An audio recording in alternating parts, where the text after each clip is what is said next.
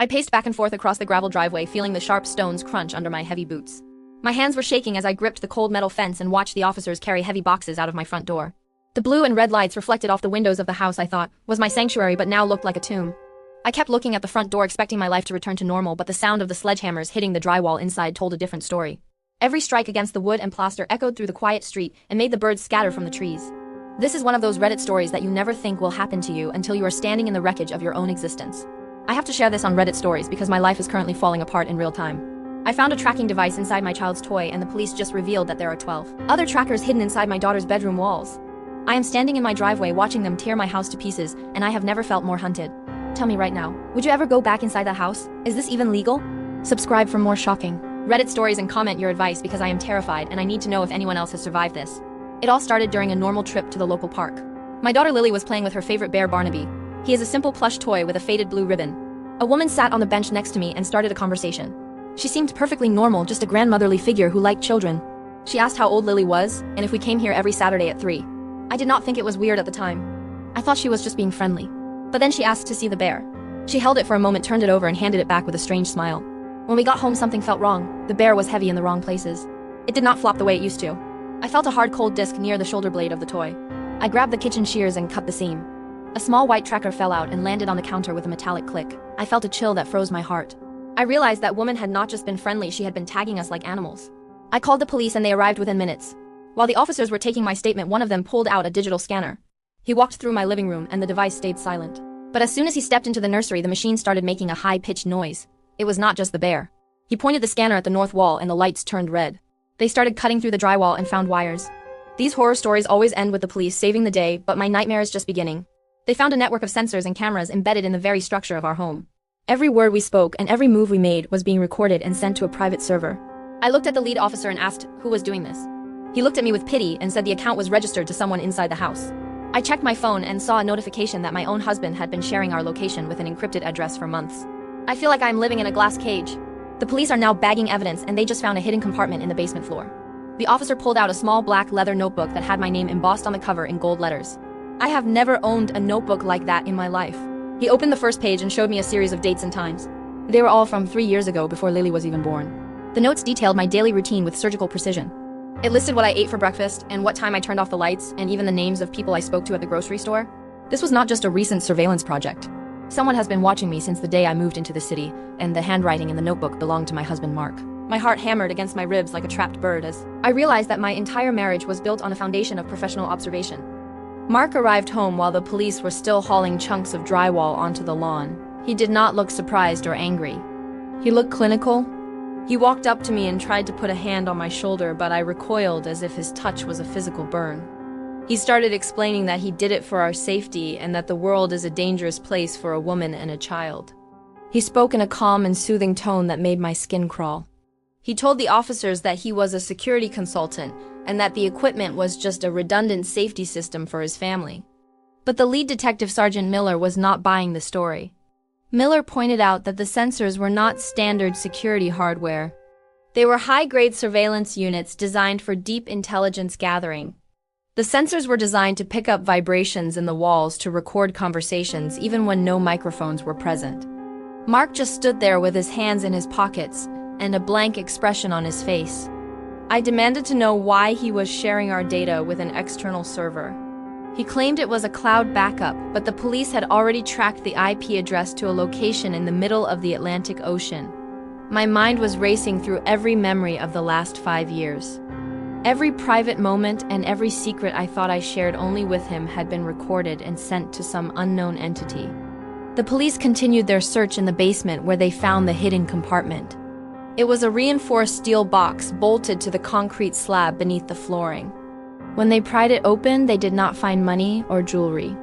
They found medical files and legal documents. There were stacks of birth certificates for children I had never heard of and passports with Mark's face, but different names. I felt like the ground was dissolving beneath me. I looked at the man I married and realized I did not know his real name or his real history. He was a ghost who had moved into my life and built a cage around me. I tried to grab Lily to take her to my mother's house, but the police stopped me. They said that until they verified the documents in the basement, nobody was allowed to leave the property. I sat on the curb feeling the cold evening air bite at my skin. Mark was talking to a lawyer on his phone, and he kept glancing at me with a look of intense disappointment, as if I was the one who had betrayed him by finding the sensors. The situation escalated when the police forensics team arrived with a specialized kit. They were not just looking for trackers anymore. They were looking for biological evidence. One of the officers took a swab from my mouth and another from Lily, who was crying in the back of the police cruiser. They told me it was standard procedure to confirm identity in cases of potential human trafficking, but the way they said it made me feel like they already knew something I did not. The sun began to set, casting long and jagged shadows across the lawn. I saw a dark sedan pull up to the end of the block. It sat there idling with the headlights off. I recognized the silhouette of the woman from the park in the driver's seat. She was watching us. She was not hiding anymore. She sat perfectly still with her hands on the steering wheel and her eyes fixed on our front door. I pointed her out to Sergeant Miller, but by the time he looked up, the car had slowly rolled forward into the shadows. I felt a crushing sense of dread that this was not just about surveillance. This was about a transition. The trackers and the sensors were not just to watch us. They were to ensure that when the time came for whatever they had planned, there would be no mistakes and no escape. The tension reached a breaking point when the forensics van doors opened and Sergeant Miller walked toward me with a tablet in his hand. He looked like he had aged 10 years in the last hour. He did not look at Mark. He looked directly at me with a gaze full of profound sorrow. He told me that the results from the rapid DNA test had just come back from the lab. He said the words slowly and clearly, but my brain refused to process them at first. He told me that there was a 0% chance that I was Lily's biological mother. I felt the world tilt on its axis. I have the photos of me in the hospital, and I remember the pain of labor, and I have the stretch marks to prove she came from my body. I told him he was wrong and that the test must be flawed, but he shook his head and showed me the data. The DNA profile for the child did not match mine in any capacity. At that exact moment, Mark's demeanor changed. He stopped acting like a worried husband and stood up straight with a chilling level of authority. He looked at his watch and then looked down the street. The dark sedan I had seen earlier pulled up right to the edge of my driveway. The woman from the park stepped out of the car. She was wearing a professional suit now, and she looked like a high-level executive rather than a grandmother. Mark did not even look at me as he walked toward her. He opened the passenger door of her car and sat down inside. I screamed at him and tried to run toward the car, but the officers held me back. I watched my husband sit in the car with the woman who had tagged my daughter's toy like she was a piece of inventory. The woman looked at me through the windshield and gave me the same strange smile she had offered at the park. Sergeant Miller stayed by my side as the sedan sped away. He told me that they had just received a decrypted file from the basement computer. The documents revealed that the hospital where I gave birth was owned by a shell company managed by Mark's firm. The nurses and the doctors had all been part of a coordinated effort. I was not just a wife to Mark. I was a host. The sensors in the walls had been monitoring Lily's development and my reactions to her for 3 years as part of a psychological study and a biological trade. The real Lily, the child I actually gave birth to, had been swapped in the nursery hours after her birth. The girl I had been raising was the biological child of the woman in the car. They had used me to raise the child during her most difficult years while they monitored every variable through the sensors in the walls. The 12 trackers were not to keep me safe. They were to ensure that their investment was progressing according to their specific requirements. Every bedtime story I read and every meal I cooked was being analyzed by a team of researchers who wanted to see how a child would develop under perfect surveillance. I fell to my knees on the pavement as the weight of the betrayal crushed the breath from my lungs. The child I loved more than life itself was a stranger, and the man I loved was a handler. The police were now treating the house as a crime scene for a massive conspiracy involving dozens of high-profile individuals. I looked at the nursery window where the drywall was torn open and saw the red lights of the remaining sensors still blinking in the dark. They were still recording. Even now, they were watching my collapse and capturing my grief for their datasets. The weeks following the raid felt like a slow descent into a cold and gray purgatory. The story hit the news, but the details were so bizarre that most people thought it was an urban legend or a coordinated hoax. I moved into a small apartment in a different state, but I still catch myself checking the corners of the ceiling for camera lenses. The police were able to arrest several people involved with the hospital, but Mark and the woman from the park vanished into the wind. They had multiple identities and offshore accounts that made them impossible to track. The legal battle over the child I called Lily is a nightmare that never ends.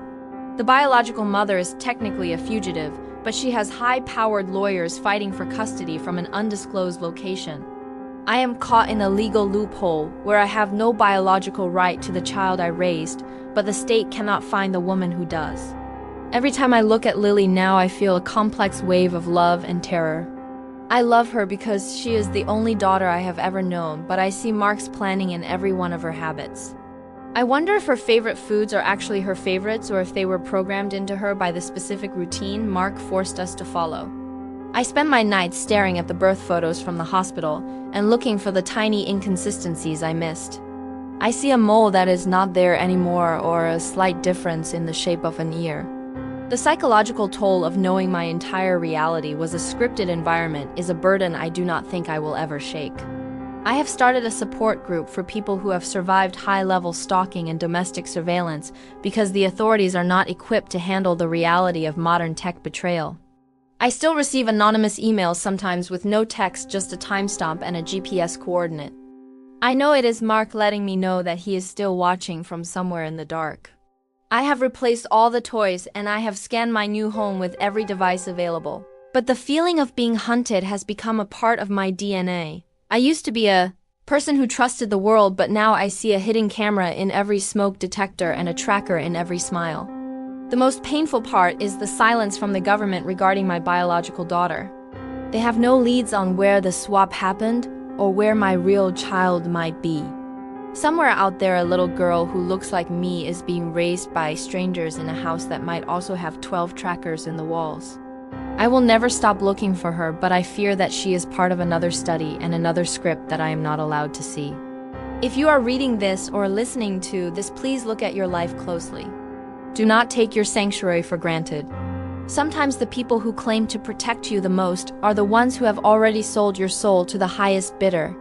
I am a mother without a biological child and a wife without a husband, but I am finally a woman without a cage. I will spend the rest of my life tearing down the walls they built around me. I hope you never have to stand in your driveway and watch your history be carried away in evidence bags.